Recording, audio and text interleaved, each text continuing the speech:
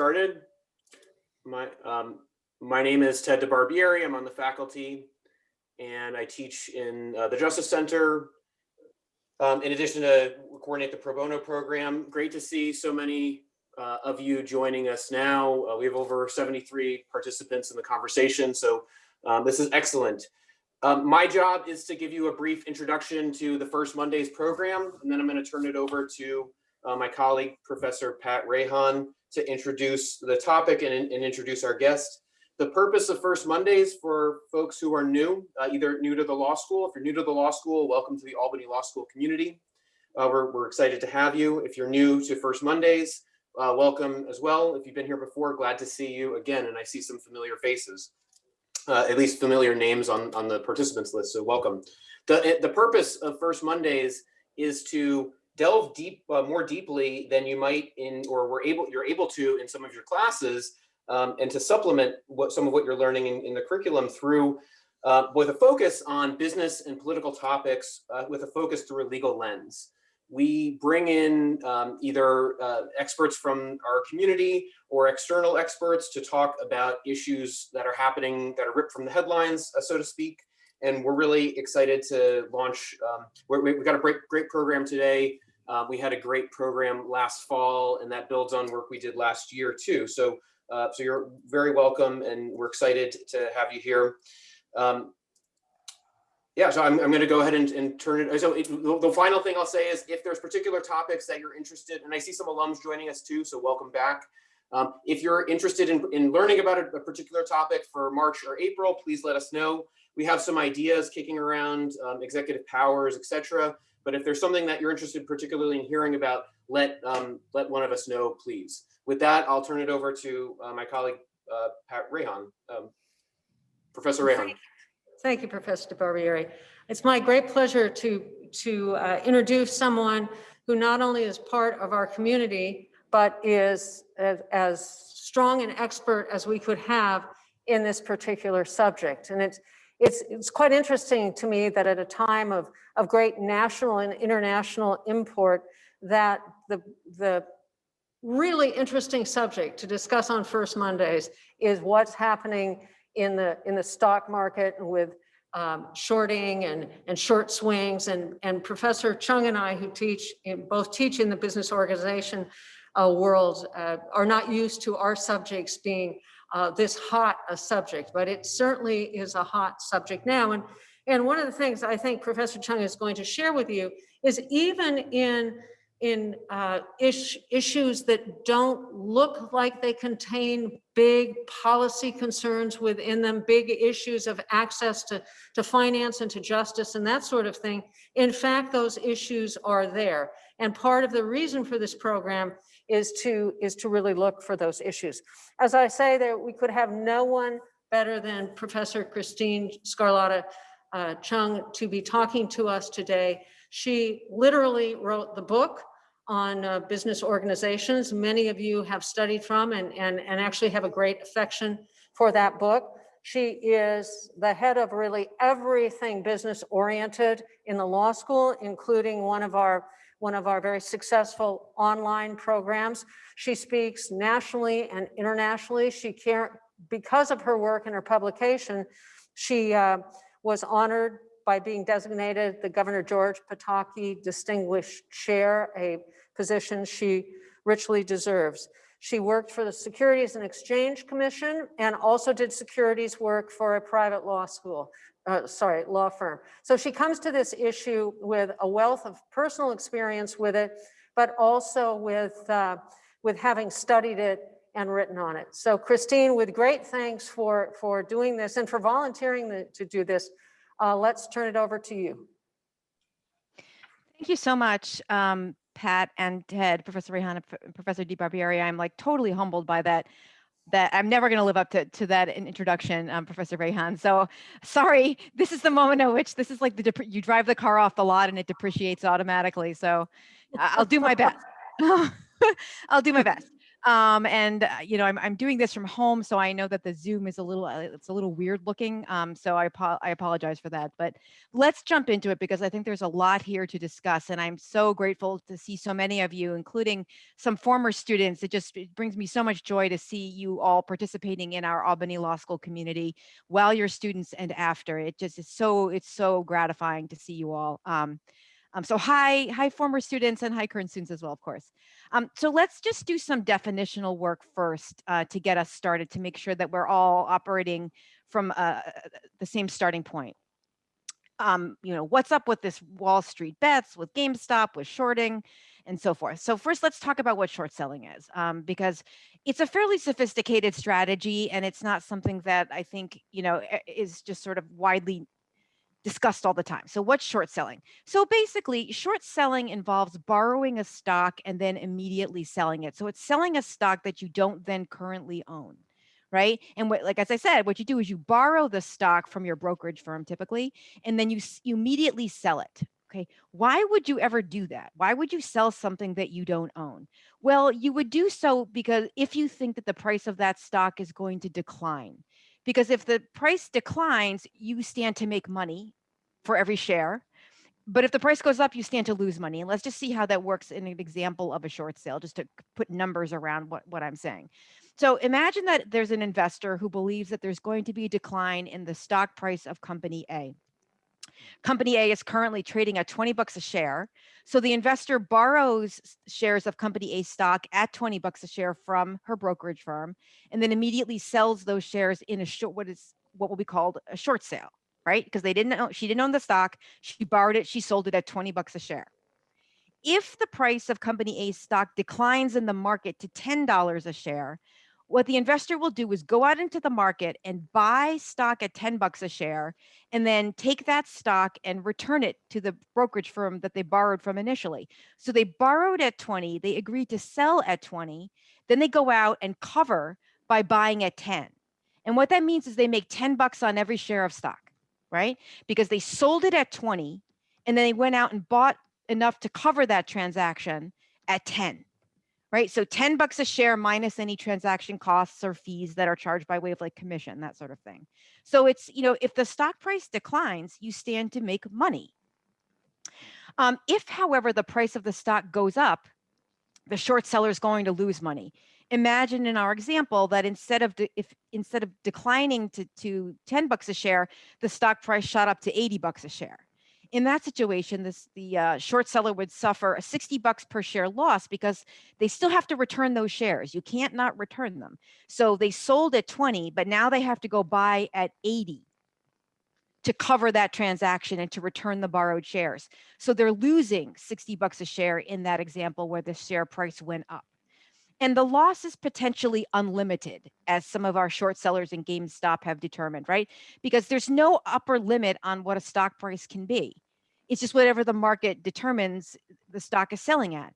So where we're seeing now, you know, where we've seen in the past couple of days, GameStop being $200, $300 and more, $400, you know, the short sellers are getting hurt because they bought thinking that the price was going to decline and instead it went way up.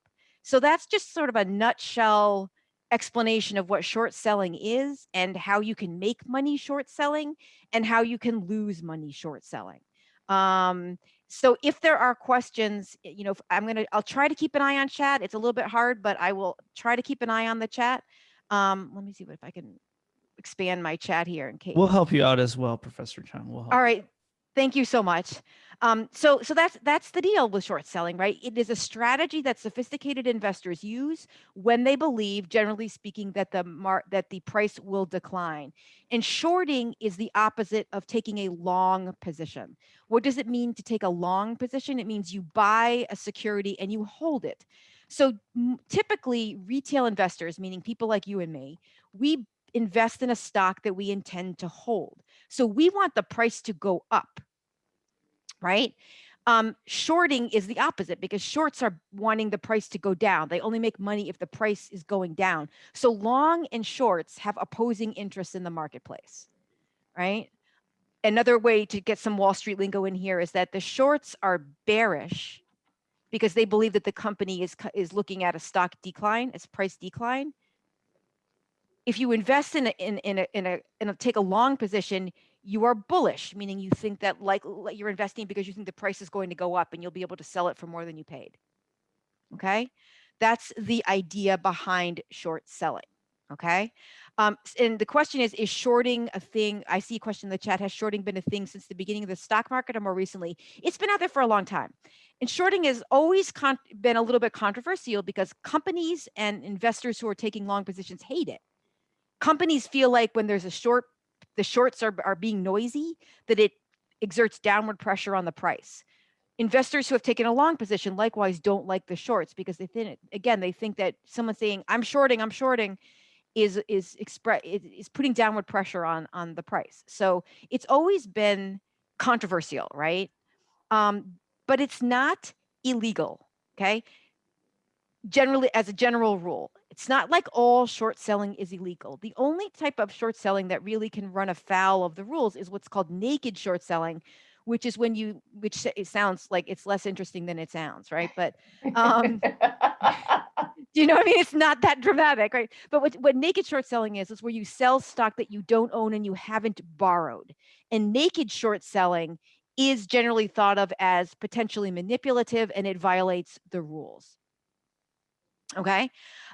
So naked short selling isn't cool, but short selling as a strategy when you either own it or when you borrow it it does not violate the securities laws, right? So there's always been this fight in the marketplace, but it's important to understand that shorting a stock does not violate the securities laws. Okay.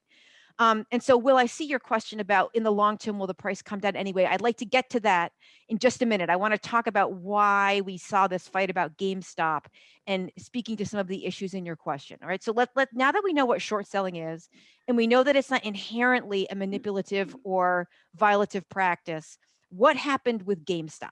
Okay.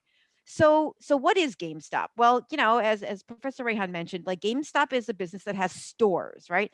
It's basically a video game retailer headquartered in Texas, and it operates approximately or more than 5,000 stores, physical locations. GameStop has been a popular play among short sellers for a little while now. Why might that be? Well, because they have stores and a lot of the game retailing has gone online, right? So we have dying malls. We have a view that a retail store presence is not as profitable a way to sell games as it once was.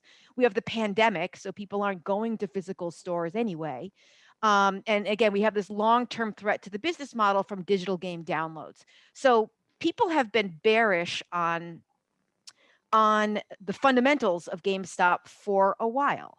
And what that meant in market terms is that there were there's been a large short position in the company's stock for a while, and the price was kind of flat / in the doldrums for a while. So if I can do this, I'm going to see if I can share my screen. We'll see. It's always an adventure when doing this. 1 second. And I just got to switch my display. Okay, can you guys see the slide and just the slide right now? Okay, so this is roughly a 6-month this is from Yahoo Finance, so it's nothing terribly fancy, but the blue line here is price, and you can see, and the bars beneath, like the red and green bars, have to do with volatility and other metrics. And what you can see is the price was sort of chugging along quite steadily for a while, and then it goes crazy. And this is like January at the very end here, where you got these big spiky blue lines. But for the most part, you see the price, and I pulled this a couple of days ago. The price was fairly flat during this period prior to the huge recent run up. So GameStop was, not like super sexy as a stock well before recent events. And there were these long-term questions about the prospects of GameStop, again, due to threats from digital downloads and the pandemic, among other factors. Right. So this is as of 12/31, and it's an example of short interest in various stocks. And what you see, GameStop had an incredibly high short interest, and this 140 number is super sketchy. The question is, was there naked short selling going on? It's like it's over 100. So maybe not, but like you can see, compare that to Apple, like 2.1%, right? So the market was overall bearish towards GameStop through, for a while. And again, as of 12/31 in particular, which is so, we see physical retailers and businesses that are vulnerable to the pandemic being shorted. Tanger outlets, they operate outlet malls in like places like Florida. Bed Bath and Beyond, again, I'm sure everybody's familiar with that, a physical retailer. AMC Entertainment, like movie theaters, right? And compare that to Amazon, right, which has been making buckets of money in the pandemic. P&G, making cleaning products, among other things. Microsoft and Apple, right, again, not being viewed as terribly pandemic sensitive, beyond just what a general recession does to businesses, right? So GameStop was on the short list and was sort of known to be on the short list. Okay. Okay. So hold on here. Let me just, okay. So that was happening. Now, WallStreetBets is sort of like I don't use Reddit. So forgive me if I get some of the, like, there's like this subreddit, this WallStreetBets thing, an established Reddit community, which I have visited from time to time, right? So I know what it is, and I've seen it. And it's historically WallStreetBets has been kind of non-professional investors chatting amongst themselves about potential plays, right? So there for a while now. So there's this general market bearishness around GameStop, but there were some people who took a different view. And if you go back and you look at what's been on WallStreetBets for a while, there have been some people out there who have been like a bull case. There are people who were making a bull case for GameStop for a while. There have been those folks for a while. So, for example, there's this big hedge fund, the Scion Asset Management, run by Michael Burry, who folks might know from The Big Short. He revealed that he had that he had taken a long position in the company, and that triggered some optimism among some WallStreetBets type people, right? Ryan Cohen, who's the co-founder of a pet e-commerce company, this company called Chewy, disclosed last August that he had taken a stake in GameStop as well, and he then joined the board recently, actually. So were some people out there saying, "Hey, I think GameStop is undervalued, and so I am going." So I'm more bullish on GameStop than the shorts who are more bearish. So there was some back and forth kind of in the ether about GameStop as a bet. And Elizabeth, I see your question.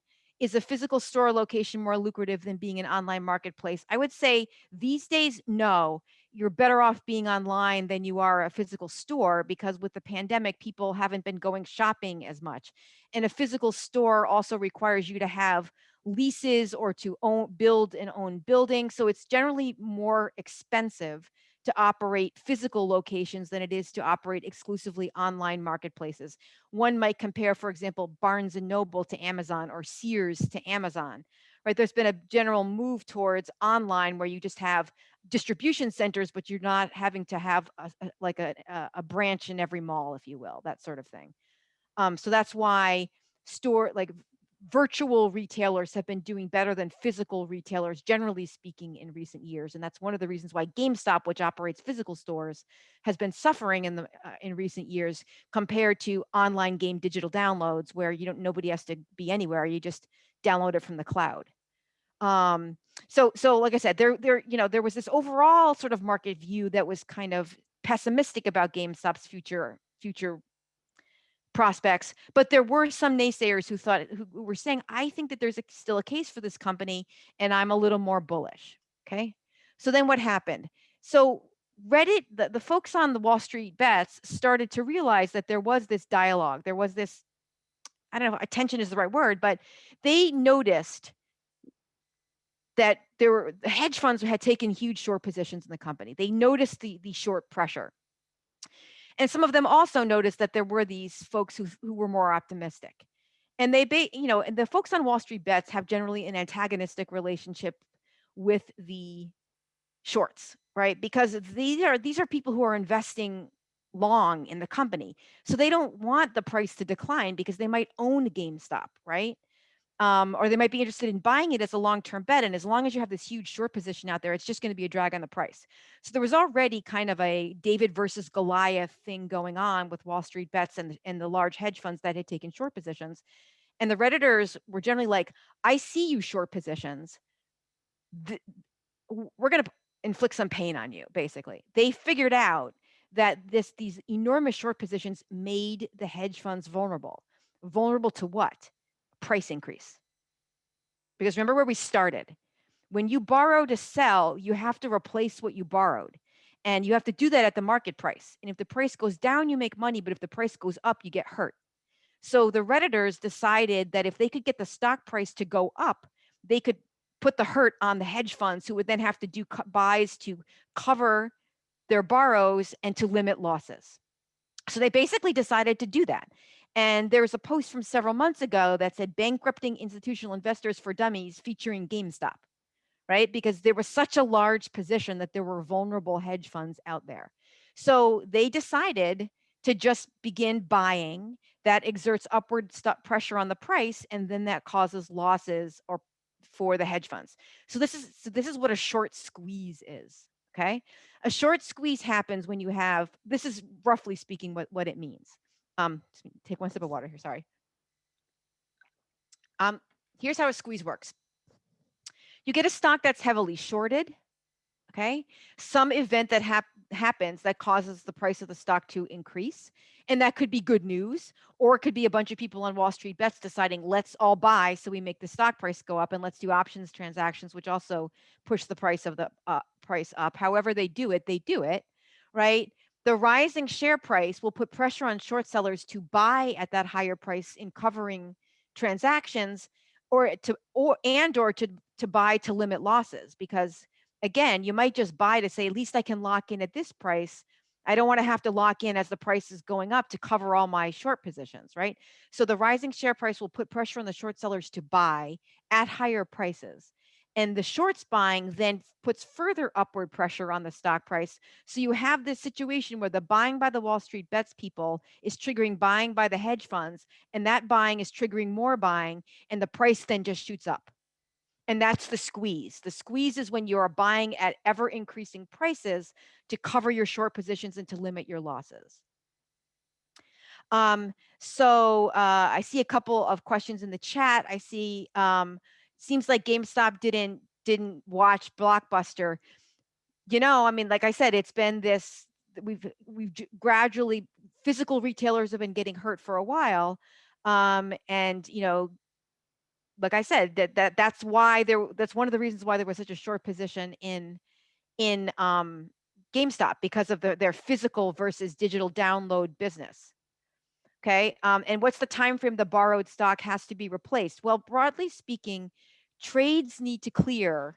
There's this concept of T+1 or T+3, and the idea here is that when you sell, you have to deliver the stock to the buyer, and the buyer has to give you the money. The trade ordinarily is supposed to clear within a day of the trade date.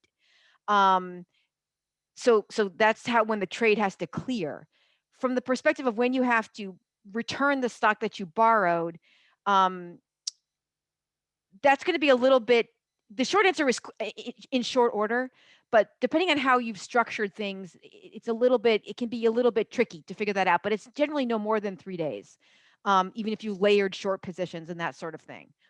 So you got to cover, and if you don't cover, that can be naked short selling, and that is generally improper. The trade can break, and that'll have if all of a sudden you're breaking a bunch of trades because there's non-delivery, that's a problem. And if you don't return to your brokerage firm, if you don't return the stock to the firm that you borrowed it from, they're going to shut you down really fast.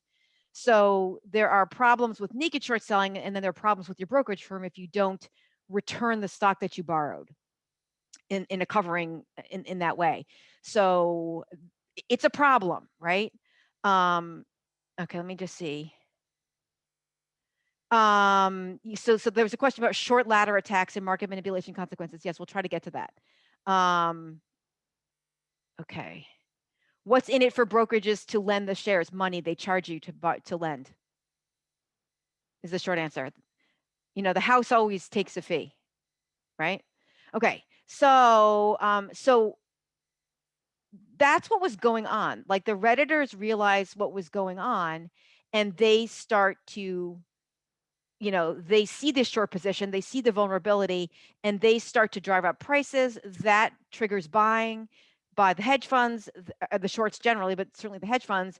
And then that buying triggers higher prices. So we've got an escalating price scenario, which is squeezing the shorts because they're having to pay ever higher prices so the trades can close and to cover the transaction from where they borrowed it from. Okay.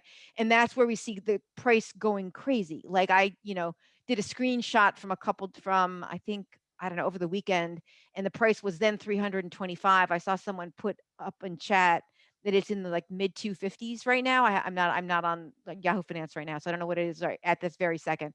But the price went way up. So when that happened, or as the price is going up and getting volatile, what happens? Well, like the hedge funds were not happy, and you might be happy about that, or you might be unhappy, right? The hedge fund, the initial reaction was just sort of like, hedge funds aren't known for their humility. And yes, Burke, I will be touching upon Robinhood freezing for certain stocks. So what the hedge funds initially were like, for example, there's this famous Citron research run by this famed short, Andrew Left, and he starts tweeting that he's going to have a live stream and he's going to lay out the short case against GameStop. And he's saying that people who are buying are suckers, literally suckers at this poker game. And he predicted initially the stock would go back to $20. So initially the live stream was put off because of the presidential inauguration. And then there were attempts to hack Citron's Twitter. And then he says, I'm not going to comment on GameStop because of this, quote, angry mob that had formed against him. And he complained that he'd never seen such an exchange of ideas of people so angry about someone joining the other side of the trade. So he'd never seen people so angry at shorts. And I don't really think that's true. I think he'd never seen so many retail investors getting in on a like a short squeeze, right? But initially there were sort of folks on the hedge fund were a bit incredulous that this was even happening, and they didn't really initially. I think they thought that the Redditors would not be successful. And then when the Redditors started being successful, they started to squawk. So in addition to Citron, Melvin Capital Management, one of the big shorts that had bet against GameStop, was down, a significant percentage in just the beginning of 2021. According to the Wall Street Journal, it had to call in help to deal with a strain on, basically a capital crunch. And then it finally closed out its position in late January, just took its losses and closed out the short position. Citron, the short seller Andrew Left that I just mentioned, announced that he would stop publishing his short report, which is ending a practice that it had undertaken for 20 years. Right. And so the shorts, some closed out positions and took their losses. Others just sort of exited commentary. But they were like complaining.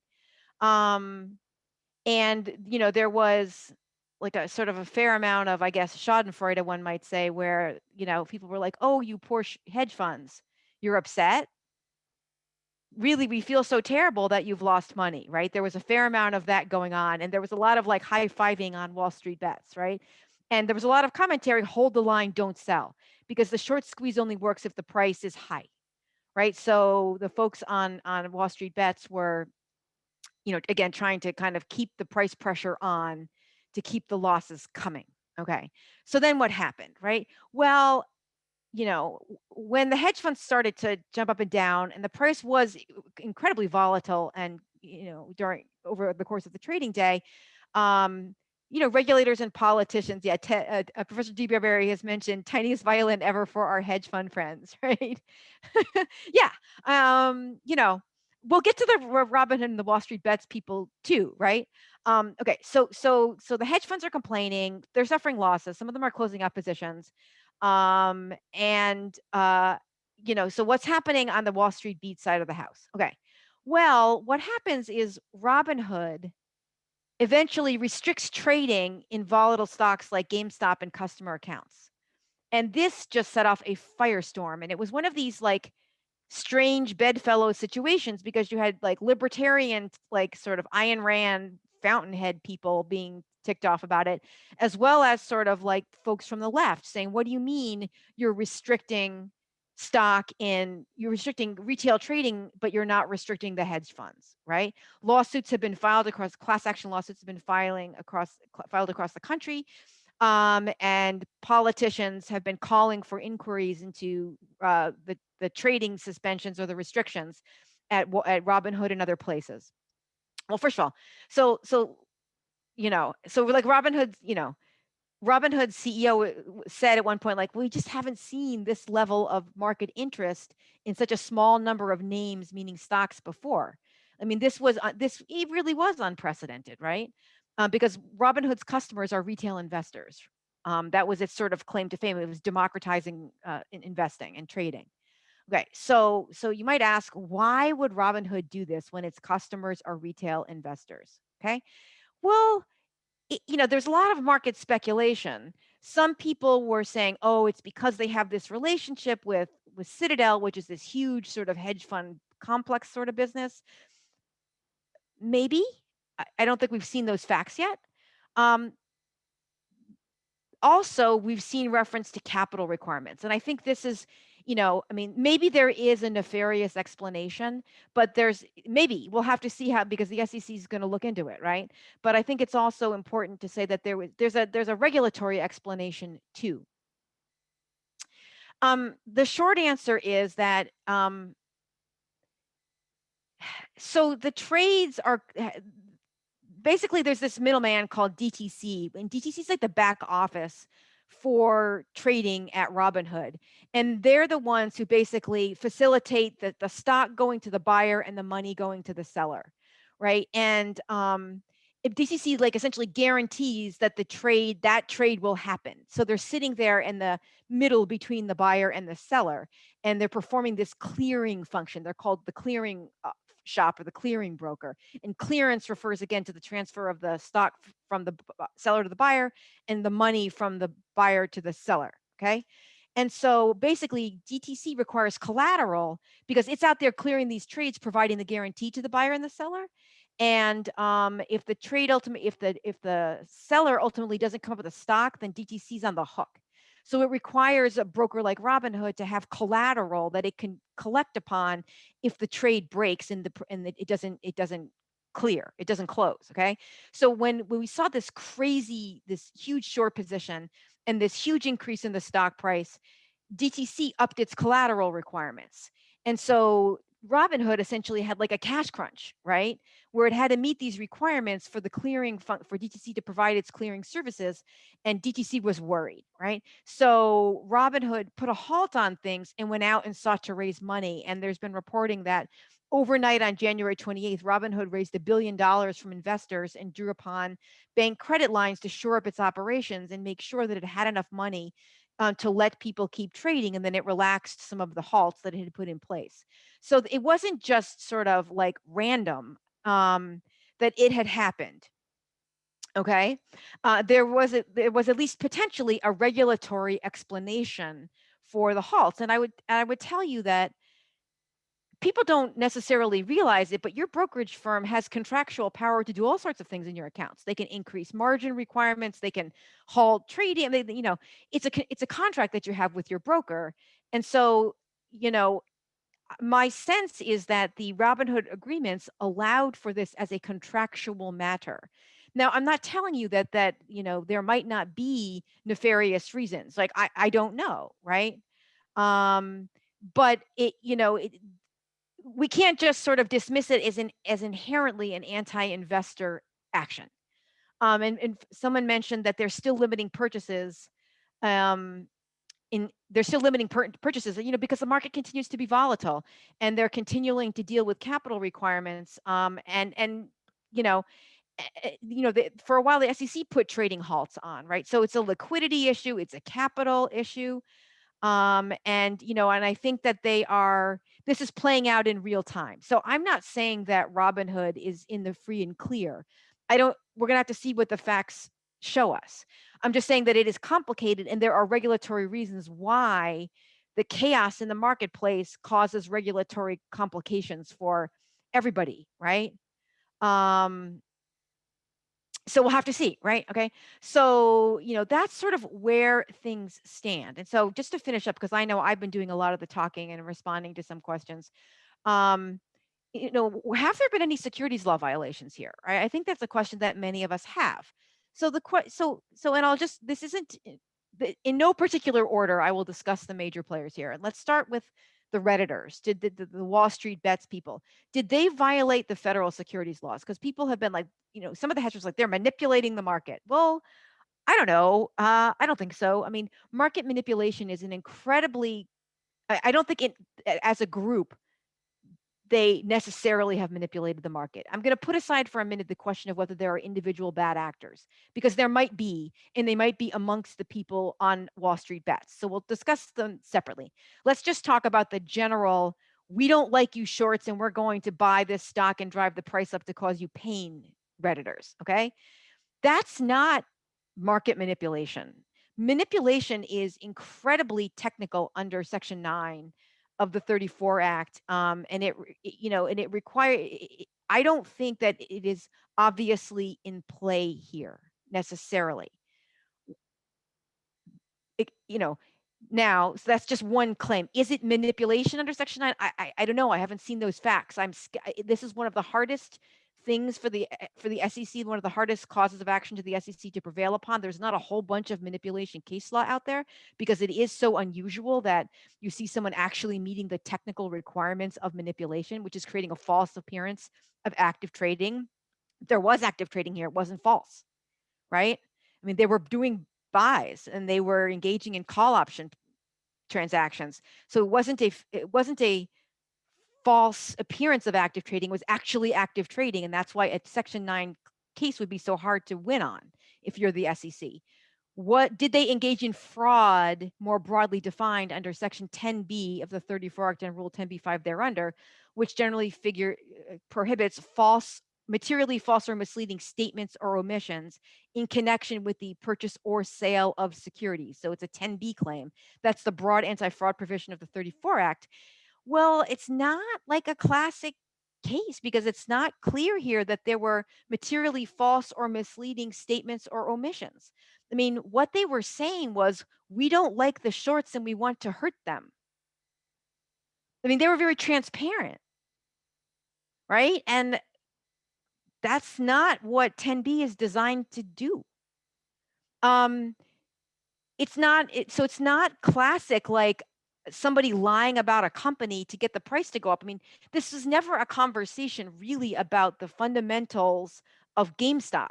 This was a play to hurt the shorts, right? So no one is saying I have secret information that GameStop is going to go to $1 million because it's the best thing since sliced bread. This was, let's drive up the price so we can cause the hedge funds to feel pain.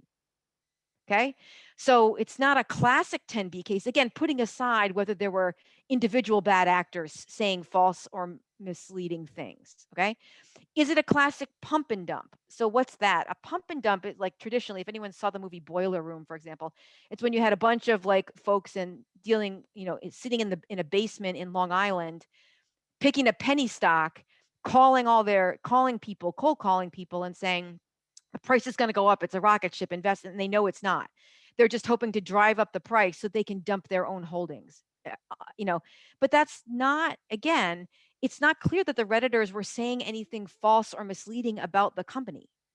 So it's not a classic pump and dump, which would be accomplished by, or Wolves of Wall Street is another example, where you get a brokerage firm that has a position in a penny stock, drives up the price by lying about the company so it can sell its stock at a profit, and then the price crashes. This is not a classic pump and dump because, again, you don't have that one actor, and they're not saying false things en masse, right? So, it is probably the case, like, if you might think that the Redditors were being irrational, but the securities laws don't prohibit irrationality as a reason for buying a stock, right?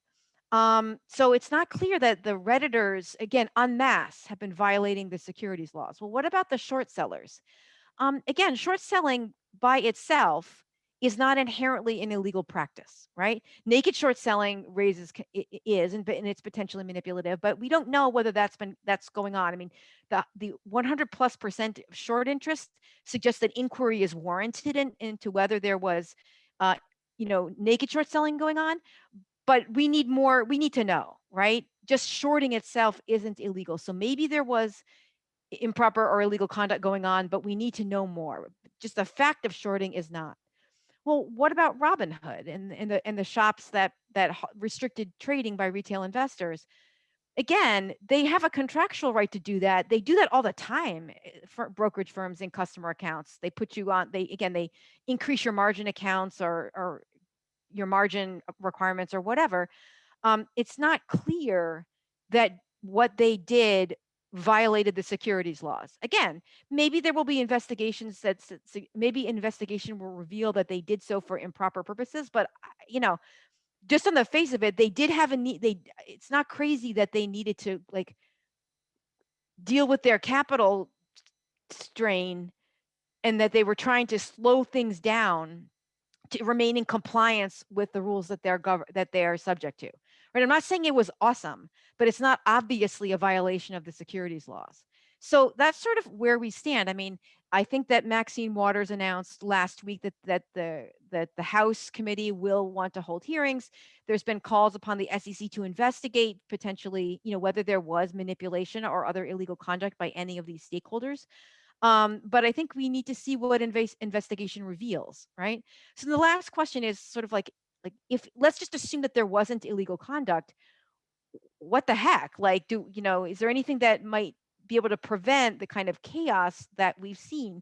And the short answer is that I think that there are some strategies, and we've seen them deployed in this case that can slow things down or kind of really slow things down, right? You might have, you might have, as was here, higher margin requirements for high risk stocks, and margin requirements have to do with money that you have to have in your account before you can borrow, that sort of thing. So maybe you want to increase margin requirements when you're talking about a high risk stock like GameStop, because if the price goes up, you can find yourself in bad shape if you without higher margin requirements. You might restrict the sale of options on certain higher risk stocks. And you might use brief trading halts, as happened with GameStop, where the exchange, the SEC will halt trading to permit things to slow down or regularize a bit. Some of the hedge funds are like, can't you just calm things down with what's going on WallStreetBets? I mean, yeah, maybe you could try, but there is, the First Amendment would come into play if the states start imposing restrictions on what people could say on a private chat board, right? Again, there's no law against being irrational about a stock, even if that's what you think the WallStreetBets people were, right? They're allowed to, and number one, and number two, they're allowed to say we want to buy stock and drive up the price because we're going to hurt the shorts. Like doesn't violate the securities laws. So we have some tools which mainly slow things down and arguably reduce the risk of enormous losses by retail players, but there isn't a fail-safe way, and I personally am not sure that we'd want there to be a fail-safe way. My big worry in all of this is not that hedge funds will lose money. And it's not even that everyone on WallStreetBets might lose money, because we have agency, we're adults, we can make trading decisions and take risks that we want to take. My concern is for the retail investor who sort of wants to get on this rocket and doesn't realize the risk they're taking, and they're buying GameStop at this hugely expensive price. And if they end up, it's sort of like duck, duck, goose, right? If you're the one who ends up without a seat, like you can't sell, you could find yourself owning a stock that ultimately is going to come back to earth. So I have come in, I've addressed, I think wait, there's a lot of new messages. Hold on. Let me go back. There's a lot of, Professor Chung, there's a lot of messages about pensions and how it affects pensions and whatnot. I don't know if you... Okay, yeah, no, I'm just looking at these. Sorry, I'm getting there. Okay, hold on. Especially around the hedge funds. Yeah, pensions, I mean, it doesn't necessarily affect pensions one way or the other. like if pensions have a stake in GameStop, then they had that stake when the stock was at 20, and they had that stake when when the stock is at 250 or 300 or more, right? If they're long the stock, it's just another one of their securities, and unless they're planning on selling it, it's sort of unrealized gain or loss, right? Yeah, I think it was a little bit around the hedge fund and how the hedge funds get affected, and then hedge funds typically trickle down to pensions. Hedge funds and pension funds are dramatically different players in the market, right? Hedge funds are typically they're both like pooled investment vehicles, right? But hedge fund is not a legal term, right? It's basically it's a fund, a pooled investment fund that pursues, generally speaking, a riskier, it has an investment thesis and it pursues that thesis. So short, hedge funds that are active shorts, their investment thesis is we're going to short stocks that we think are going to decline, right? So they can put downward pressure on prices by taking large short positions, being active shorts. That can hurt a pension fund in that the price of a stock that the pension fund owns might decline. So the degree to which shorts exert downward pressure on stock prices, that is, as it would be for a retail investor, potentially contrary to the interest of a pension fund, which has taken a long position. So that's how I would say that a hedge fund that shorts can impact a pension fund. Like if they're shorting a stock the pension fund owns, then the pension fund is feeling that downward pressure on one of its assets. Let me see. Is there anything else that you can summarize for me? It's 12:46. I want to be sure I get to folks, and I'm sorry that I have not seen all of the 10 new messages that came in the last nanosecond. A lot of there's been some good some good fun conversation too in there. So Chung, you're amazing. We're all you got us all thinking. Yeah. Nina, I see you there. Good to see you. I see a course on regulation for securities as well as CFTCs. Yes. So the CFTC deals with commodities and futures because not everything is regulated by the SEC. We have multiple regulators in the financial services space. We have bank regulators, we have the SEC, we have insurance regulators on insurance products, and we have the CFTC on commodities and futures. And in New York, our Department of Financial Services is sort of an omnibus. It covers both securities and insurance, for example. At the federal level, we have these different regulators for financial instruments. So yes, I would love to have a course that covered more of our bases. But we do have those courses in our online master's program. We have an intro to insurance, an intro to banking, and then we have an intro to, for example, broker dealers and investment advisors. So we are building out our case law in our master's, in our online programs to cover more of these different types of instruments and institutions. And there's a comment about Boiler Room, the movie. Yes, that is an interesting story. Let's see. Let's see. Will the seating cap and financial crimes be raised? You have to talk to Dean Mayer about that. And margin requirements. Yes, Nina, margin requirement. Thank you for that excellent question. Margin requirements speak to the amount of money that the borrower has to put down. Yes, and it's essentially like a form of collateral, so that if you go belly up, the brokerage firm will seize what's in your account to cover your unpaid debt. as we conclude, do you have sort of a sense of what happens next? Like, what do you see? You have a prediction? I think we're going to see, look, there's other stocks out there that are where this same sort of stuff is going on. I think that some of the trading restrictions and halts are going to make it a little bit harder for the Wall Street Bets people to, I think that, I think we're going to continue to see sort of volatility. I think that, this shows the power of like a Wall Street Bets type, collective action by smaller investors. And I think it's been sort of a humble pie, if you will, for some of the hedge funds that never would have thought that a bunch of people on like Reddit would cause them to have to close out positions and to incur enormous losses. So, I'm not saying that we'll see the copycat immediately or exactly, but I think we're going to continue to see, and I do think we're going to see a bunch of investigations of the Robinhoods of the world, of whether there were bad actors on WallStreetBets who were making false or misleading statements or omissions for for fraudulent or manipulative purposes. And I think, the hedge funds are going to have to now factor in this sort of a more collective action in thinking about their positions. But I would say that, GameStop was uniquely vulnerable in some respects because of the size of the short position versus a stock that has the short position, but is not quite so much pressure. So that's 12:49. I gave you my thoughts about the future and I have like 15 seconds to spare. Oh, there's 7 new messages. Hold on. Tom Hemstock has given us about access to Bloomberg if you're a current student. And thank you, Professor Reyhan. I know she had to run to class. Many folks have class at 1. And we have a webinar, as Will Trevor has pointed out, in connection with our online programs about blockchain and cryptocurrency, the framework and future trends, and that's well worth seeing as sort of about financial technology in our space. So do check out our masters. Do check out this program, this webinar that we have coming up. Thank you, everyone. Thank you to everyone who said that. I think I got everything, or I tried to, but I'll hang out for another minute in case anyone has questions.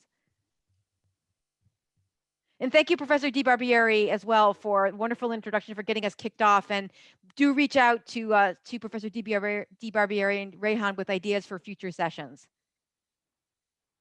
Yeah, absolutely. Thanks, Professor Chung, for presenting. Thanks for everyone for joining.